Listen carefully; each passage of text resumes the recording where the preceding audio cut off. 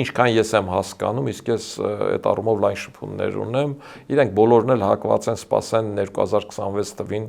ինչ կլինի։ 2026 թվի ընտրություններից հետո, որ Հայաստանում քաղաքական կուրսը ու իշխանությունները կմնան նույնը, դրանից հետո հարց չկա, այդ նույն հոգևոր խորհուրդը ինքը այնտեղ կբարձրացնի հարցը Վեհապար Հայրապետի փոփոխության կամ կարծում եմ Վեհապար Հայրապետը չի էլ սպասի, որ այդ հարցը բարձրացվի, ինքը ուղղակի հրաժարական կտա։ Բայց մինչև 2026 թիվը իրենք դիմադրելու են։ Գուցե ես սխալվում եմ, չգիտեմ, գուցե այդ լինի ավելի շուտ, բայց այդ որոշող ու այդ անողը հոգևոր խորհուրդն է։ Կոնկրետ այդ հոգևոր խորհրդում այսօրվա պարագայում այդ վիճակը չի, որ ներքին հեղափոխության ներքին, բայց այդ վիճակը արագ փոփոխվող է։ Նաև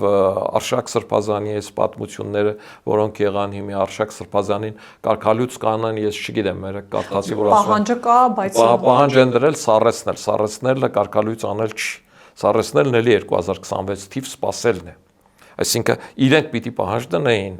եթե փոփոխության գնացող են այդ հոգևոր խորհուրդ, իրենք պիտի պահանջ դնեին կարգալույց անել ուղղակի։ Նույն այն ժամանակ ասենք Բագրատին սառեցնելը, դա ինչ է նշանակում, որ նորից կարող է հետ գալ։ Նույն Արշակին սառեցնելը, որ կարող է հետ գալ։ Հետևաբար էս էլ է թելադրում, որ իրենք դեռ պատրաստ չեն նման քայլի գնալու։